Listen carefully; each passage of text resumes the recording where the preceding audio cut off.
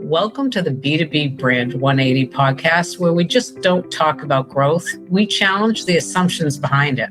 I'm Linda Fanaris, CEO of Millennium Agency, and your host today. I'm being joined today by Todd Capone. And Todd is a multi-time C-level sales leader, a behavioral science expert, and the author of The Transparent Sales Leader and his newest book, 4 Levers Negotiation. Todd, it's great to have you here. It's great to be here. That little countdown music got my, I was starting to groove a little bit. You like that? Yeah. I know, right? Just makes it a little bit more exciting, right? There you go, yeah. So let's get started. So B2B pricing is broken. It's not because pricing is hard, but it's because we've kind of made it unbelievable sometimes. So for years, we've trained buyers to think, no one actually pays full price for anything. Everybody wants a deal. But today, we're going to talk about a couple different strategies that you'll be sharing to individuals today. So we'll learn where buyers can access reviews, benchmarks, even AI-driven pricing insights. That game doesn't feel just outdated. It destroys credibility. So Todd, your work takes a direct aim at this. I know that. Sure. So what made you decide this is needed to be challenged now? And why is it now? Well, it's funny when you say now, because for anybody watching behind me, I'm a collector of sales history, maybe the only person on the planet that's ever said that. But I've got books from late 1800s, early 1900s, old phones, LPs, magazines, like it smells like your grandma's basement in here. But, one of the things that's funny to me is I'm holding a book right now. This is from 1910, written by Thomas Herbert Russell. It's called Salesmanship, Theory and Practice. And it's funny that 116 years ago, one of the headlines in one of the chapters says, buyers know more nowadays. Like that cracks me up. It's 116 years ago, and we're still saying those things today. He goes on to say that, the knowledge of buyers has increased and they're no longer disposed to pay what is asked of them unless persuaded in their minds that the sellers regulate their prices on some sound basis. So some sound basis. And so why is it that in 1910 we could get away with that? That was always the case. Like we as human beings, we know that if we think somebody's getting a better deal, we're coming after that deal. Right. If we don't have confidence that the price is the price, then we're going to start pecking away at it. And when I look at 2026, like you said, we've got the rise of AI exposing people's pricing models. We've got peer groups that are connecting and talking about like, hey, what are you paying for them? What did you ask for? What did you get? The sharing economy, there's technologies out there that are exposing this stuff. I just don't think that it's any longer sustainable to have every one of your customers paying a different amount based on how well or poorly you negotiated it. I'll add this other piece, like you said, that like nobody believes that the price is the price. It's funny when you think about that some sound basis that Thomas Herbert Russell said, that like you would never go to the grocery store and fill your cart and go to the cashier and be like, I have a budget issue. I need 20% off. They'd be like, buy 20% less, jackass. Like it doesn't even make sense, right? Right. It's because we make that decision to buy because we think the price is based on something. In the business to business world, we've established over many years that from the minute we propose, like the word propose, proposal is literally defined as a suggestion. We're basically going, here you go. And then the minute we start getting asked for anything, we start giving. And so I think the B2B world has created a some sound basis issue. Yeah. And I think there's a pretty simple way to fix that we can talk about here, but it almost has to happen now. I'm probably biased, but I just don't think what we're doing is sustainable. Yeah. So you brought up a really good point. And I guess I'm just trying to determine, like, at that moment of a deal, when it actually is like seeming like it's going to happen, it seems like that's when a salesperson changes, right? Yes. Mm-hmm. They kind of hedge and they like obscure and they're like flat out say things that maybe aren't true or they give in too much. So can you just talk a little bit about like what happens? What's causing that sort of? Do they get nervous? Are they afraid they get a deal? That was really the core of all of this. Happened back when I had gotten my first leadership promotion. And yeah, growing up, like sales for all of you, when you're trying to sell, really the right lens is obviously to focus on customers achieving optimal outcomes, right? Like you're supposed to be a partner to them, build a relationship. And then you're right. We get to the goal line, the customer says yes. And we're like, all right, subconsciously, I'm going to start lying to you now. Not going to tell you what a good deal is. You got to figure that out. Right. And then, in the B2B world, many people are learning from former FBI hostage negotiators. Like, I'm releasing hostages from a bank heist techniques, or it's a big labor agreement, or we're trying to negotiate a settlement between warring nations and going, let's apply that to your software purchase, or you're buying some bowling balls. Like that's bananas, right? But that's what we do. We change personalities. We start focusing on our own outcomes because that's the trigger. When you said yes, now it's about me and my outcomes. Yeah. And so, we get nervous, we get anxious, we think we're going to lose the deal. It's so close, right? And so that's when the lying begins. And like I said, how can we have every customer paying a different amount based on how good or bad you were at negotiating it? I just think that gets exposed here in the short term. Yeah, and that's actually a great point, because I think even from a buyer's perspective, they're thinking, hey, if I don't push back, if I don't ask for a deal, then I'm getting, excuse my language, screwed, or I'm overpaying, or whatever the case may be. And it just seems like that is the thought process behind all that. And do you know why that occurs? If you you're buying a car, like that if you don't get something, you're going to walk out there feeling pretty crappy about yourself. Right. That's just human to human. And I believe the B2B world is the same way, that until we feel that we are getting the best deal possible given our circumstances, and we are paying the same or less than every other customer under similar circumstances, just inherently as human beings, we don't want to feel like we got a bad deal. Right. And so what I advocate for is a structured approach to the way that you present, propose, and negotiate your deal that's based on the things that drive every B2B company in the world. It creates a foundation, a sound basis, but it provides the flexibility around the things that are valuable to both organizations. Right. No, great point. So how does that get into play? We've got this push-pull relationship. We've got a sales guy that starts hedging. We've got the buyer that's like, cut me a deal. I mean, what does that structure actually look like?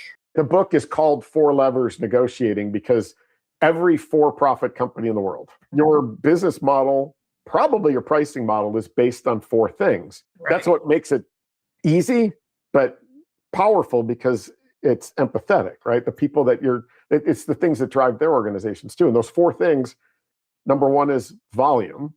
So your pricing is probably based on how much stuff the customer's buying. Products, technology, services, hours, locations, bowling balls, whatever. But like more is better than less. Right. You probably have tier discounts based on you buying more. So that's number 1. Number 2 is the timing of cash, or how fast the customer pays for your stuff. Okay. Your pricing is probably based on some, let's say it's upfront annual net 30 payments or something like that. And that every for-profit company in the world would prefer you to pay faster versus slower. So faster, good, slower, bad. Number 3 is the length of commitment, or how long you commit to our products, technology, services, whatever it is. Longer, better than shorter. And that's probably reflected in your pricing. But organizationally, you have more value from longer commitments than shorter commitments. And then number 4 is the timing of the deal, or essentially deal predictability. Okay. Every organization thrives when it can predict revenue, predict so that investors have confidence, predict so that they can make the right resource investments, predict so that they can resource what you're going to buy. Yeah. And so volume, timing of cash, length of commitment, timing of the deal. What I advocate for is you establish your pricing based on those 4 things. You communicate that early. You propose it that way, clearly. And then literally every concession request that comes up on behalf of a customer, you can go back to those 4. If you want, you could commit to more. You could pay us fast, commit longer, help us forecast. You want to pay slower. Cool. Your pricing's based on net 30 upfront annual. If you want to pay slower, you can, but something else needs to be adjusted to make up for it. You can literally, it's the simplest, stupidest thing in the world, right? But it creates that sound basis. Yeah, it gives you structure around the things. Yes. Yeah. What happens, I think, is discounting is what a reaction. The first thing is like, oh boy, let me cut you a deal. Okay, I think I can get you a discount. Let me talk to my boss. But it's not that. You're taking this model and you're replacing the structure. So like you said, it's not a reaction anymore. You're actually making a decision based on the levers, is what I'm hearing you say. So those levers can be chosen to pay, whether it's, like you said, more volume, faster cash, longer commitment, maybe it's deal predictability. So there's no question, there's no games, there's no nothing. And you explain this to your prospects. Is that correct? Exactly. Cards face up. Yeah. It creates that sound basis, right? That when you walk in, and what you just said something that was really the reason that this came up is back in 2008, I had gotten promoted into my first revenue leadership role. This was a big deal. The rep gets word from the customer that, hey, we want to move forward with you, but we got to do something about the price and the commercial terms. And the rep was immediately like, I got to call my manager. And the buyer from the customer was like, you know what? We're not playing the car dealer game. Whoever your manager is, get him on a plane. Let's get in a room. And so that's essentially what started this. I then walked into this room and they had their whole procurement team ready to kick my butt. Like one of those tear them up negotiations. And I'm like, I'm terrible at this. I had had a conversation with my CFO a week earlier where he was sharing, hey, our business is driven by how much people buy, how fast they pay, how long they commit, and then predictability or when they sign. And so I started the conversation nervously, like, hey, can I share the 4 drivers of our business? And then they asked for a massive discount. And I was like, wait, remember those 4 things I wrote? Maybe we can use those as a path to get you as close as possible because our pricing is based on those 4. And the whole fists up, the drool, like that went away. And instead of it being customer vendor, it became a bunch of people sitting at their table collaborating around the things that really drive both of our businesses. Right. We walked out of the room with them paying for a whole 3-year deal up front, and they helped us predict our business. They got part of the way to the discount they wanted. We got value for every dollar we gave away. But the most important thing is that anxiety, that lying, that hostage negotiating technique, word art, psychological tricks that we play all went away. And I was like, wait, that was easy? That felt good? We built trust to the goal line? Maybe I'm on to something. That was 16 years ago, so it took me this long to write the book on it. Yeah, you know what's great about it, actually, now that we're trying, you've taken the emotion out of it, I think. Exactly. Before, it's always an emotional thing. It's like, oh, am I getting, taken advantage of? But no, it's just like, this is the way it works, pick and choose. You're almost putting it back in their court because you're saying, hey, you decide if you want a bigger commitment, I can get you a bigger discount.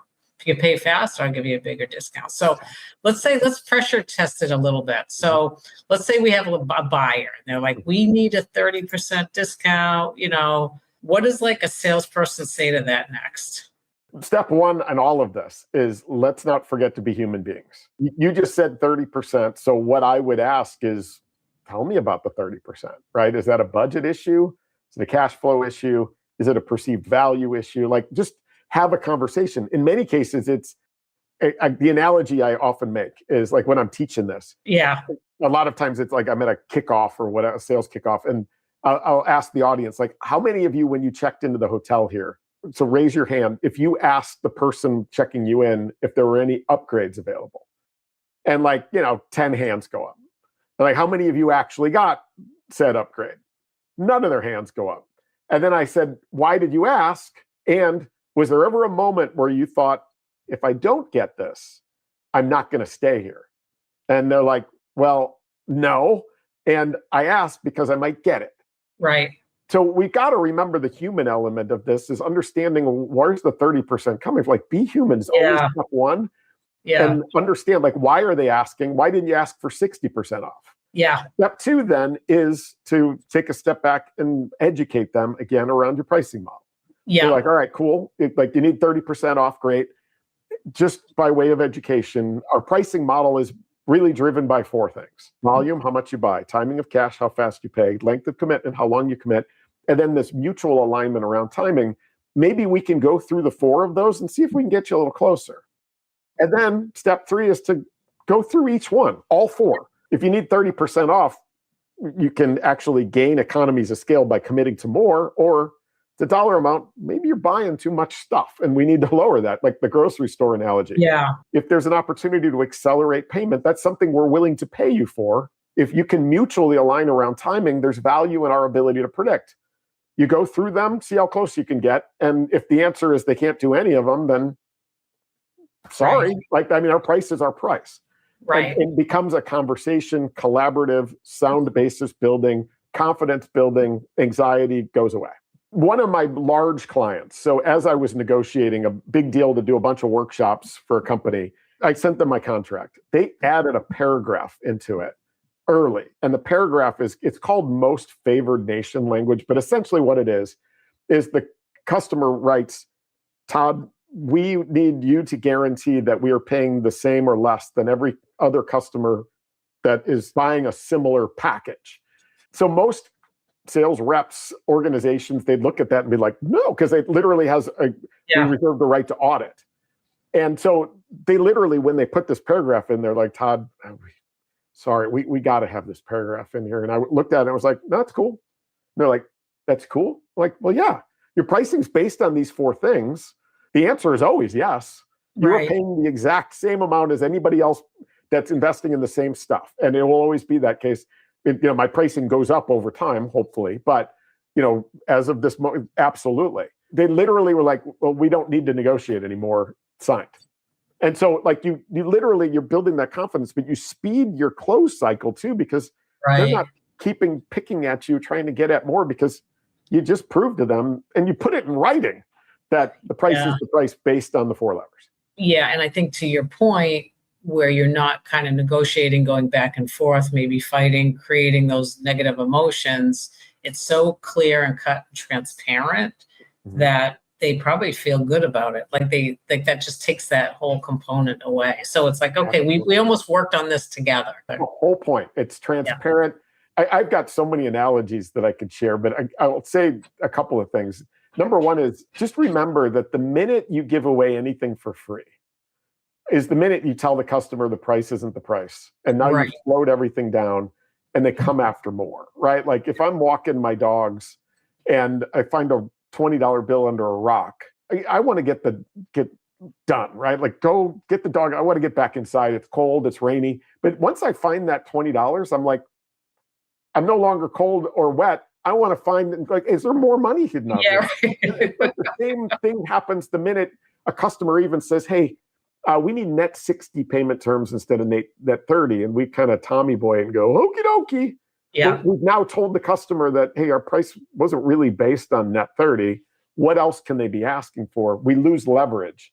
And so if you always go back to the 4 and just go, all right, you want to pay slower? Cool. Our pricing's based on net 30. We can adjust some other stuff. Like you commit to another year, we pay you in the form of slower payment terms. That's cool. Right. And the levers, they all move. And just stop giving stuff away for free, especially those painful fake quarter-end discounts. Yeah. Those are the worst way to lose leverage, lose confidence that your price is your price, and literally slow down your deals. All right. One negotiation myth leaders still believe. That quarter-end discounts accelerate purchases. They slow them down. Perfect. Most misunderstood part of pricing. The foundational element of pricing confidence. I believe that we are missing a huge opportunity to drive revenue because we have not taught individuals to deliver pricing with confidence. Perfect. What's the biggest mistake sales teams make today?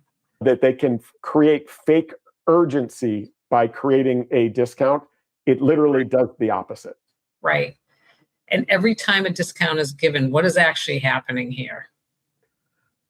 Well, we are eroding confidence and trust that our price is actually our price, and we are inviting the customer to ask for more. And what's one word that defines negotiation today? Transparency is my one word for what the future of negotiation should be. Yeah, awesome. This sort of reframes everything when it comes to pricing, sales, negotiation, restore that integrity that I think a lot of salespeople lose during their, career. So you're actually negotiating as a system. So you're building more on trust. And And I think it just makes it all around much, much better. So where can they get the book and where can they connect with you? Yeah, so the book is available anywhere you get your books in any format. Unfortunately, my publisher didn't have me narrate it this time, so it's a different narrator. My first two books I got to narrate. ToddCapone.com is a good place. I share a lot of my nerdery there. LinkedIn, Todd Capone, follow along, or if you connect, let me know where you heard me.